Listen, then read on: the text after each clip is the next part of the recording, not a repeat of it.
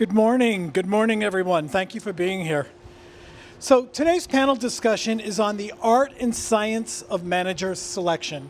I'm Fred Gabriel, as Malia said, and I'm the publisher and executive editor of Crane Currency, which is a newsletter aimed at family offices. And I'm really thrilled to be here with all of you today, so thank you. And today we have two highly respected voices in investment management. We have Don Calcagni. Don is the Chief Investment Officer at Mercer Advisors, and Brian Andrew, the Chief Investment Officer at Merit Financial Advisors. So, as everybody knows here, manager selection is both a science grounded in data, analytics, and performance metrics, and an art which requires intuition and experience, and a deep understanding of leadership and strategy. So today we're going to talk about how those two elements combine to pick strong investment managers. And we have two experts here that are going to help guide that discussion for us. So thank you very much, gentlemen. And Don, why don't we start with you? Why don't we start with just some level setting? And why don't each of you take a minute just to talk about yourself, your background, and your role at your company? Sure. Thank you, Fred. It's great to be here, by the way. Love this weather. Love being on the beach. It's a very different conference than what I think we're used to. But my background, I've been in the business for close to 30 years. The first 20 years, I was an advisor. I've been with Mercer for a little over 20 years. I became Chief Investment Officer in 2015. My background's in finance, financial mathematics, as well as tax law. And I oversee our investment committee, and we have, over the years, I think we've developed a pretty involved manager selection and due diligence framework, and it's been a lot of fun. Great, thank you. Brian? Yeah, thank you. It's great to be here. Nice to see everybody. So I've got about 3 decades of experience in the industry, and I spent about the first half of my career on the asset management side of the business, managing money for institutional and individual clients and then mutual funds. The last half of my career in the investment advisory part of the industry. And as the Chief Investment Officer at Merit Financial Advisors, I have the opportunity to lead our investment team and investment platform. Great, so let's dive in. And before we do, I just want to remind all of you in the audience that we are taking questions. So if you have a question, just send it up. And there's a screen over here, and I will make sure that I get to that. So first of all, I'm going to throw this to you, Brian, and just talk about, if you would, for me, kind of the key qualitative factors that you consider essential when evaluating a manager's potential. Thank you. That's a great question because I think everybody can, in some way, shape, or form, perform the quantitative analysis that it takes to understand the performance characteristics of a manager and the way that they think about risk management. But the qualitative piece is really important, being able to look at people in the eye and have conversations with them. I've been doing this a long time, and I'm a car guy, so I'll just use a quick analogy. One of my favorite questions to ask a manager is what kind of car they drive, and I'll tell you why. I was meeting with a deep value manager a number of years ago and asked that question, and they gave me the name of a very fancy 6-figure car, and I thought, you don't have value in your soul if you're driving a car like that. I asked another value manager a similar question, and they said a 98 Honda Odyssey minivan. That's the kind of answer you want when you have a qualitative conversation. So that face-to-face discussion, meeting managers in their office, seeing the interplay between portfolio managers and analysts is really important. Okay, I love that. And I'm going to use that with my son when explaining why he's getting a Honda. And Don, I'd love to know, do you have any questions like that really, get at what you're looking for in qualitative? Not so much questions, but what I would say is I'm a huge science fiction geek. So I love a good science fiction story, and I'm a huge Star Wars nerd. And so really understanding the depth, the power, the quality of the story that asset managers tell, and how consistent they are. I agree with Brian, talking to folks face to face, eye to eye, and really seeing how consistent, how coherent the story is across the organization is critically important. There's a big difference between like the new Star Wars movies, which are absolutely horrible, and the old ones that I grew up with in the 70s and 80s. I think you grew up with the same ones. So, Good. So then let's talk about how we do bring the quantitative part into this. And Don, I'll start with you here. How do you find that balance between quantitative analysis and then incorporating the qualitative analysis that you bring in? So at Mercer, we use a lot of college admissions process sort of analogies, right? So we look at it like, we first want to understand, the applicants' SAT scores, their GPAs. So we're looking at like, are they top quartile? We do multiple regression. We go through a whole exercise where we separate alpha from beta, and really try to understand, is this manager even worth talking to in terms of their returns and risk and portfolio construction? So that's really our first filter. I agree with Brian that, I think most of us can do quantitative analysis, but it's really that first step to help thin the herd to understand who should we really invest some time in and trying to understand their story. Yep. Brian, I'm switching gears a little bit here though, but what's a red flag for you, when you're having that conversation with a manager? What's a red flag?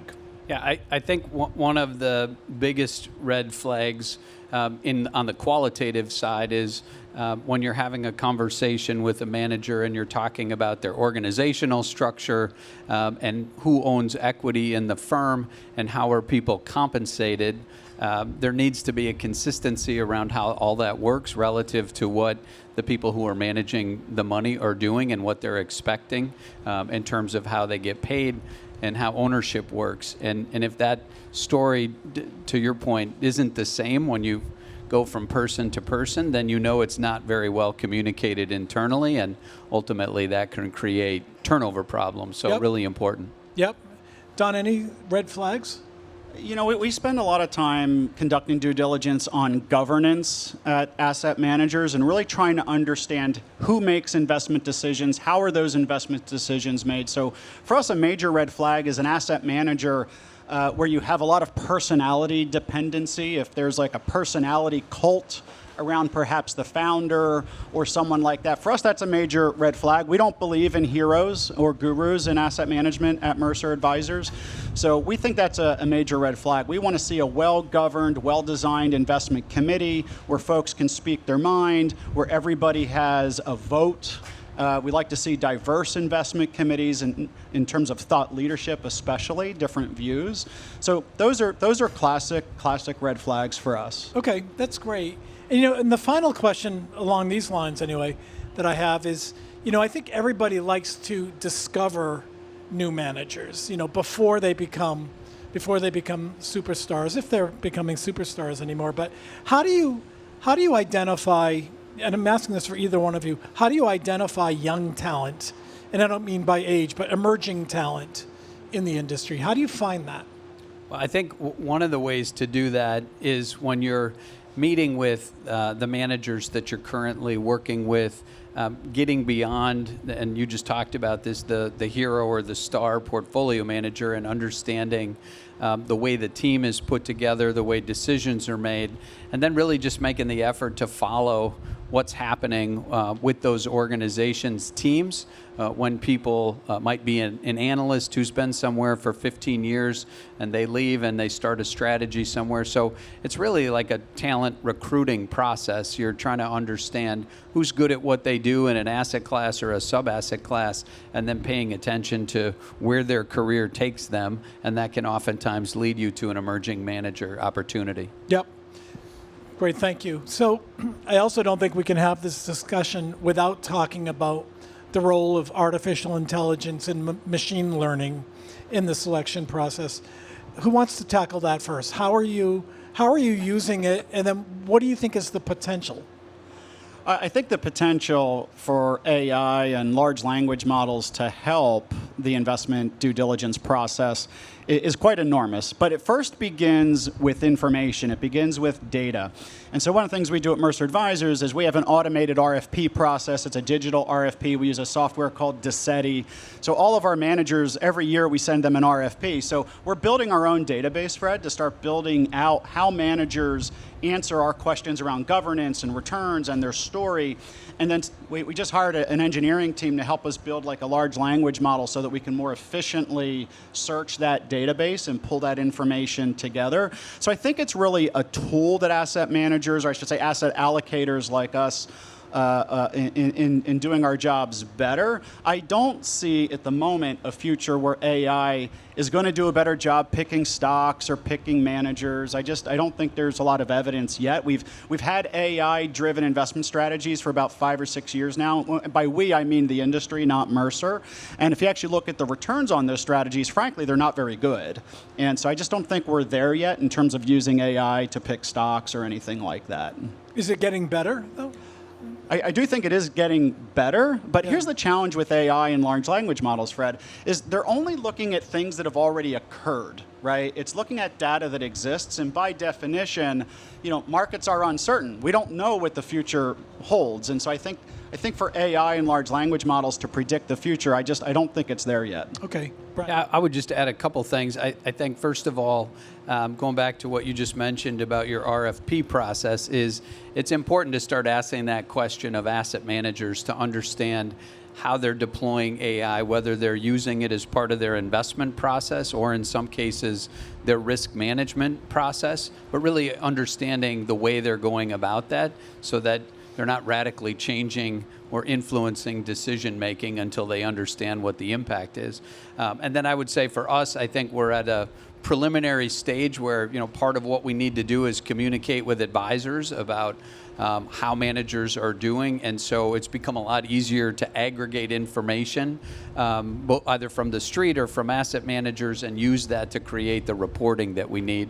And we're starting to just benefit from increasing capacity through the use of AI tools. Yeah. And I would add that there are tools now that advisors are using, Holistoplan and sort of these adjacent disciplines in the wealth advisory business. I think it's just a matter of time until we see more AI tools crop up in the investment management space. Yeah. And Brian, staying on what you said, how are you seeing the investment managers using AI? No. Well, I think in the long-only space, I don't see it as much as as an example, in the alternative space, hedge funds in particular. Certainly you hear a lot more about how people are using AI to influence the algorithms that they use for trading. In the long-only space, and I think you said this earlier, I don't see people using it to pick stocks. Right. However, there's a lot of information that comes from either a global macro perspective or just individual company information or the industry that a company exists in, and just being able to aggregate that information to get to decision making more quickly is something people are doing. Yep. And then, I know we're focused on AI, but are there any other technologies that you're seeing emerge that are helping either one of you select managers? Well, I think from a selection perspective, it's really, at least from our standpoint, it's really just the aggregation of information and getting to the heart of the matter more quickly, particularly when you think about the qualitative part of what we do. If you have several meetings with managers a year, that results in a lot of information that comes together. You do an RFP process, more information, and so it's really, and one of the things we're working through is how do you discern that consistency that you were talking about earlier, and the tool helps you just aggregate information and look for specific threads that you're trying to understand over time so you can see that consistency from a manager. I already mentioned Dissetti, which is an automated RFP engine, but there's also FI360 has a new business intelligence tool, Fred, that we use to monitor all ETFs and mutual funds in our entire book of business, which is about 45,000 securities at the moment. And the reality is being able to quickly screen all of those and then calculate what we call a fiduciary score that looks at things like style drift and fees relative to peer groups and things like that. So being able to very quickly run that report and put that information at the advisor's fingertips or the investment committee's fingertips is certainly really powerful. There's other engines out there. There's Aladdin Risk. There's other tools out there that I think eventually are going to be really great technologies for the RIA community. Yep. You know, I'm probably dating myself a bit here, but I remember back in the day when it was pretty much just Morningstar that people were using, right, to make these evaluations. So there's a lot of technology out there now that I think makes this more complex, but also makes it smarter. So I'd like to switch gears a little bit here and really kind of talk about what's going on in the market. And one of the questions I had for both of you is, you know, with the recent shift in investor sentiment away from U.S. equities due to policy concerns, how has this influenced, or has it influenced, your manager selection criteria at this point? Or how do you think it will? Yeah, I wouldn't say that it changes the selection criteria. It has created more interest on the part of advisors and clients, you know, seeing that after over a decade, international in some parts of the world is actually doing better this year, has created more interest. But I think what's really important, particularly if you're looking at the long-only equity space, is to not think about those firms the same way you would think about a firm that's only picking stocks, as an example, in the U.S. Because obviously market exposure and the thought process around what that looks like in a multi-country portfolio is as important as the actual stock selection. So that would be an example, I think, for us of something that we dig into when we're looking at international managers. Okay. I think what it's done is it brings back to the forefront, you know, what are some of the key issues to consider when you're looking at manager selection in non-U.S. markets? So, for example, if you're looking at an emerging markets manager, you know, how do they classify China? How do they classify South Korea? Are these developed? Are they quasi-developed? Are these still really emerging markets? Do you want a portfolio that's ex-China? You know, we have a lot of advisors, a lot of clients that want portfolios that are ex-China. And so understanding some of these nuances, perhaps currency hedging, not all non-U.S. managers hedge the dollar. So I think some of these issues our investment team is just double-clicking on and making sure that we have a strong view that we want to see expressed in our manager selection process. So I think all of those things have come back to the forefront. I will say it is nice to see non-U.S. equities doing well. It's been a long time, right? So it has. It's, maybe just add one thing. I think one of the things in that, whether it's international or emerging markets, you really need to look at your peer group comparisons and benchmark construction. Because you can look at two international benchmarks and think that they represent the world the same way, ex-US, and they don't. And so really understanding the benchmarks and the peer groups that are chosen for those managers relative to how they make decisions. Are they picking stocks? Are they picking countries, as an example? I think is really, really important in this space, much more so than in the US. Yep. I think related to that, which that's an excellent point, is also asking yourself an important question. Do you want to replicate the non-U.S. equity benchmark in your portfolio? Do you want to replicate MSCI emerging markets or, you know, ACWI ex-US? So having a view on whether or not you want to hug the index or not. Yep. So both of you gave very nuanced answers, and I have a nuanced follow-up here. How do you, and I'll start, Don, with you, how do you assess a manager's ability to adapt to market volatility and geopolitical events? And the first thing that comes to mind is I think of how things have changed or the tension has increased around China. So how do you assess in the moment how adaptable your investment manager is? So first off, we like to look at portfolio construction, but I think there's an important question there around whether or not you want your manager to adapt to what's happening geopolitically in the marketplace. That's pretty dangerous, right? Trying to derive an investment thesis from what is happening geopolitically, perhaps, you know, the Taiwan Strait or what's happening in Europe, is very, very hard. And so you need to ask yourself, do you want to give your manager that kind of discretion to make a portfolio construction call candidly, most managers get that very wrong. And so we actually look at the portfolio construction. If we see the portfolio construction changing, naturally we're going to ask the manager why. And if there's a geopolitical rationale to that, at least for us, that's a red flag. Red flag. Yeah, I would just add one thing to that, and it's a great question. And if you think about today, in real time, so Germany, and I don't know if the vote's already taken place, but they're supposed to vote on their debt break and raise spending by $500 billion. It isn't that hard to see an event like that and then go look at managers who have exposure. Look at what sort of transactions might take place over the next 3 to 4 weeks, and then have a conversation with them and say, was this a function of what you saw happening or not? And to your point, for some, you won't see any change, right? Because they're very laser focused on company fundamentals. Others you might, and that leads you to understand that global macro matters more to them in their decision making. So where do you stand, Brian, in that, though? Do you want to see a manager who's pivoting all the time, or do you want them to stay on a particular path, maybe for too long? Yeah, I think I want to know whether they're doing one or the other, and then sticking with the plan over time, and using the decision-making process that they have to either focus on company fundamentals or to focus on changes in the global macro environment.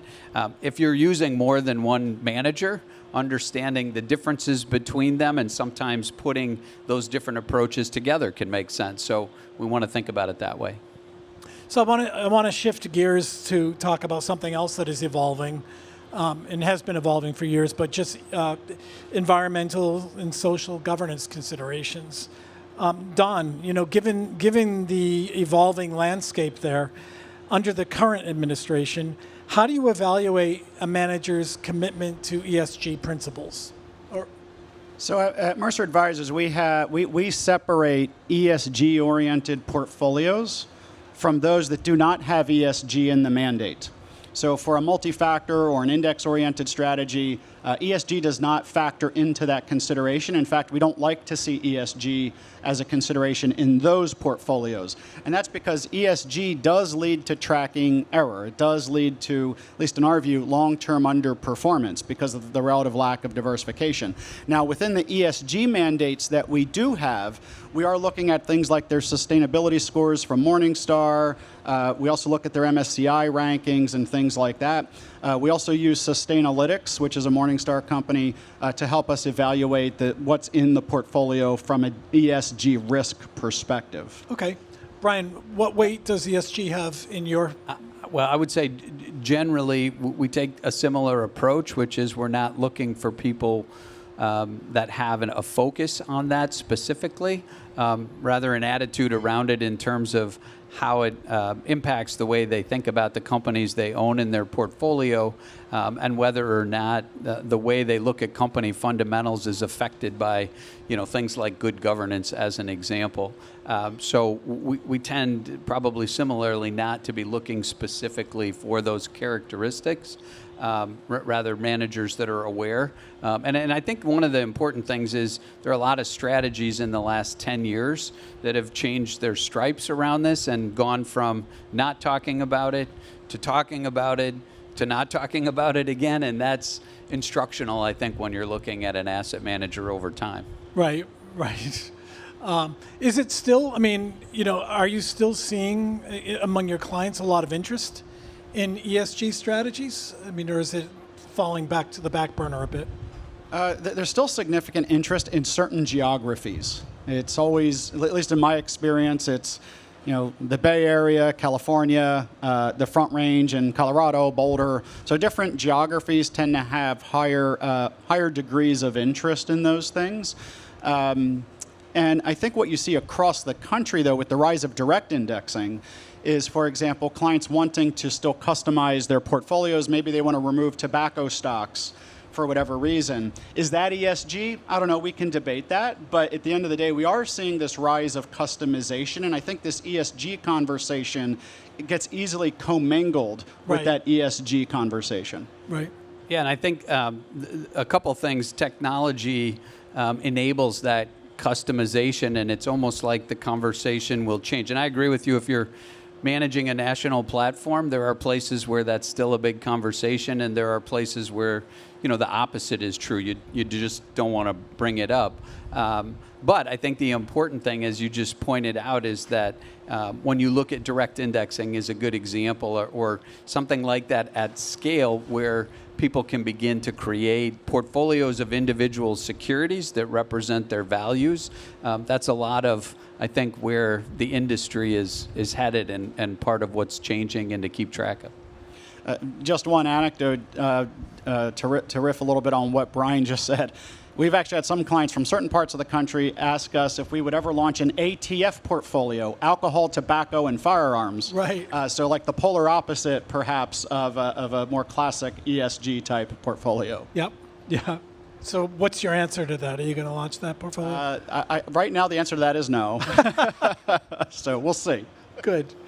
So here's something that's going to be a little touchy-feely, or it's going to get to the side of that art part of our conversation. But I'd love for each of you to give me an idea, and I'll start with you, Don. What do you think is your superpower to evaluating, your investment managers? I mean, how does your brain work that helps you decide the best manager to go with? Well, that's a tough one. I know, and Brian's got time to prepare. You don't. So, what's my superpower? So my training is in financial mathematics. So the way my brain thinks is in terms of alpha beta separation. But I'm also a story guy, right? I like to talk to people and hear the story. So, I think my superpower is trying to align the story with the mathematics and understand whether or not this story is actually coherent. We hear lots of active managers pitching us on, why their active approach is so great. But oftentimes they fail the alpha beta separation test because they haven't really done the homework to show that their story, their approach is actually adding value. And so, at least in my mind, that's probably part of my superpower. So I'm going to dig there for a second before going to Brian. But I mean, I've talked to plenty of money managers, the investment managers. And they tend to be very analytical, and they're not always particularly good storytellers, right? Yeah. So, how do you get to how do you discern when someone is a great manager just unable to tell a good story? Like, tell me how you kind of get to that. So first, I would say to be a great manager, you have to know how to tell a great story. But there's other ways. You talk to those folks on their team. You look at their marketing literature, right? You really try to understand how they're communicating to the marketplace. But that is important. You have to be able to explain why your data looks the way that it does. If you can't, I would argue that's a challenge. That's a problem. Yeah. So. Good. Brian? Yeah, and I think that's such an excellent question, because the opposite is true. There are managers that are phenomenal storytellers, and sometimes the there isn't there. And unfortunately, even though I took 3 semesters of calc, I am not a financial mathematics guy, but I'm a behavioral finance guy, and I think sometimes understanding the difference between the story and the process is a little bit of the art in manager selection, because there are managers that have gathered a lot of assets who are phenomenal storytellers, but whose story doesn't really hold up over time. Right. The persistency or the consistency that you're looking for just isn't there. And sometimes, I mentioned earlier that home office visits are really important in the qualitative process. So a quick example, I went to see a manager with a palatial office. And we all know this is a lucrative business, but I mean, this was a palatial office overlooking the ocean. I won't say which one. And, I go in for the meeting, and a button gets pushed, and 2 marble pieces open up, and there's the manager sitting at a conference room for 20 people at the far end of it. So for me, the meeting was over before it started. I thought, this is all about the show. And I'm not sure that the story's going to hold up. And it didn't. Quantitatively, it didn't. But that's just an example of why I think that qualitative work, the face-to-face meetings, being in somebody's office, you get a lot out of that that's not quantitative. Yeah, no, that's great. And then, Brian, I'm not going to let you skirt the question, though. What's your superpower? So I would go back to that behavioral finance, Yeah.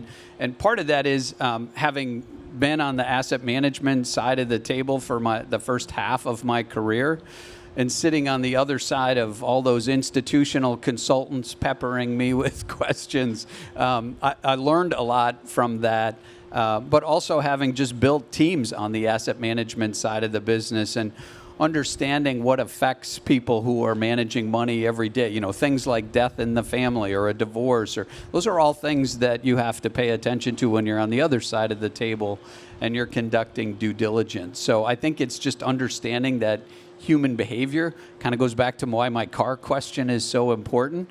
Part of what you're trying to understand is what someone is doing really who they are, because those are the best managers. If there's a mismatch between their personal values and the way they think about valuation, that's just not a good combination over a long period of time. Yep.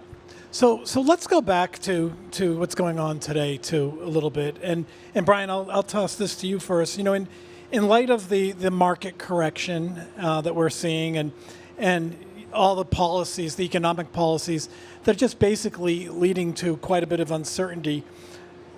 What qualities are you valuing in a manager today because of what's going on in the world?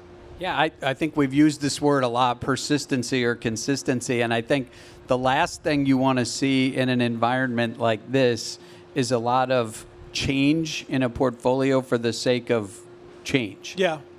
If there's a strategy, going back to my earlier comment, where managers think about, focus on the global macro picture in some way, shape, or form, and then use a model to identify how that affects company earnings and ultimately valuations, then you want to see them making changes now that make sense given the global macro outlook, and in particular the policy changes here in the United States. If that isn't their thing, and their thing is long-term valuation perspective, you know, what does this company's fundamentals look like over the next 5 to 7 years? There probably shouldn't be too much happening right now, other than to the extent that you see some of these names going on sale, essentially. Maybe we're not quite there yet, but you know, then you'd like to see people leaning into their favored names if they see a substantial decline in valuations. Yep. Yeah, I mean, we're, again, just to pivot, to double click on this persistency, consistency theme. Yeah, we're looking at portfolio construction. I want to make sure that the manager is staying true to what we hired them to do. And so if we see significant changes there, again, for us, that's a red flag. Yes, is today's environment more uncertain than perhaps it was 2 or 3 months ago? Yeah, of course it is.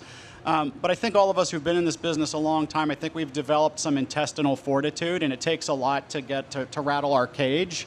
And so, you know, I'm looking for managers who have that discipline, that are going to stick to their portfolio construction process and not get super excited about, candidly, what is probably going to be some short-term data. Right, right. So let's move beyond just uncertainty a little bit. But, and Don, I'll throw this first part of it to you. I mean, how do you assess, you know, a manager's preparedness to handle a severe economic downturn or a recession? I mean, is that something you can ferret out in your process, whether they're capable of getting the portfolio through that? It's a great question. It's actually a big part of our RFP process. We actually spend, in our RFP, asking a lot of questions about their business continuity plans, but also their investment committee governance. How often do they meet? What if there is an economic emergency? Is there an emergency meeting of your investment committee? And again, this goes back to how decisions are made. There is wisdom in crowds. And so the challenge with economic crises is often it's during those times that companies and management teams tend to elect a guru or a hero to try to make all the decisions. And we actually think as an investment team that that's actually dangerous. We want to see teams that can hold and not fold and stick to their process and make high quality decisions. High quality decisions doesn't mean that there's any guarantees, but we want to make sure that there's a lot of information and a lot of input going into those decisions, especially during times of crises. Yep. Yeah, and I would just add to that, I think the sophistication of risk management tools, factor analysis, has changed so much that it's a lot more available to managers. Certainly very large asset managers have incredibly expensive and sophisticated risk management systems. But really all managers should be thinking about how they manage risk, and now is when you want to see the implementation of those strategies that they have and the guidelines that they use. So just having a conversation with somebody to say, so this is how the first 3 months of the year have played out. What did those guidelines look like? How have they changed what you've done from a portfolio perspective would be a good example of that. Yeah. So, one of the things, too, I was thinking about is that both of you, whether now or in our pre-call, have talked about kind of your firm's or even your own individual investment philosophies. How important is it for the people out here to think about their own investment philosophies or that of their firm and finding alignment? Do you have to find alignment with your money managers to those philosophies, or is there some room for some gray area? Well, I think the one thing I would say is before looking at your personal philosophies and the alignment with managers is if you have a strong behavioral approach to investing, that your clients are aligned with that approach, and then recognize that it's going to make it maybe a little bit more difficult to grow over time because you're always looking for that alignment. If, on the other hand, you're not necessarily focused on aligning clients' approach with yours for purposes of growth, then being able to look for different styles, not just your own behavioral biases, is, I think, really important. Okay. I think the most important part of an investment philosophy is you better have one, Fred. And I do think it's important that you're hiring managers whose investment philosophy very much aligns with yours, because at the end of the day, you're the one telling the story to your advisors and your clients. So you're going to want to make sure that there's alignment and consistency there. So I do think it's important. Okay, good. And Don, we have a question that came in for you that I'm going to try to read. How are they applying manager selection process for private market GPs as part of their effort to build out Aspen Partners? I love that question. Whoever asked that, I'm going to buy you a drink later. Unlike in public markets, in private markets, manager selection is absolutely critical. There is a massive dispersion, for example, between top quartile private equity managers and bottom quartile private equity managers. So how do we go about that process? When we are evaluating a GP, the first thing we do is we make sure that relative to their peer group using Preqin or PitchBook, we want to look at, make sure that they are top quartile with all of the past funds that they have successfully launched. So we look at each fund that they've ever run, and then we actually go in and look at every portfolio company that they've ever invested in, and then we actually unpack the return that they earned on that portfolio company and break it down between revenue growth, EBITDA expansion, and multiple expansion. Why do we do that? You want to try to remove the cheap leverage part of their return from the equation, because we had virtually zero interest rates for a long time, and really try to zero in on the manager's ability to buy companies and actually create value, and then ultimately to return that value to the limited partners. So it's a very lengthy process. It requires quite a bit of due diligence. Great. And so we're right down to our last couple of minutes here. So I did have kind of a lightning round question that I want to ask both of you. And this time I'm going to actually I'll start with Brian. Brian, I'm curious, what emerging trends do you foresee influencing manager selection in the next 5 years? Well, I think we talked about AI earlier, and there's no question that it will have an impact on the way we think about the selection process. So that's probably the biggest. The other would be what we talked about earlier, which is just the idea that it will get easier for people to customize portfolios in a lot of different ways that make technology more important when it comes to asset location and where you own things in different registrations. Yep. And Don, emerging trends? I think the rise of technology, and Fred, I'm thinking of like direct indexing technology. There are certain technologies that are going to begin to disintermediate asset managers, especially when it comes to like core beta and things like that.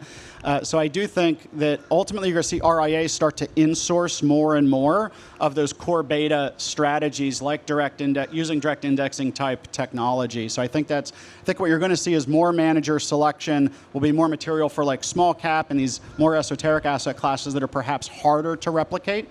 But I think a lot of the core beta strategies you're going to see many managers get disintermediated. Very good. So that brings us right up to the end of our time. Ladies and gentlemen, let's give a big round of applause to our two panelists today. Thank you, guys. Thank you very much. Thank you.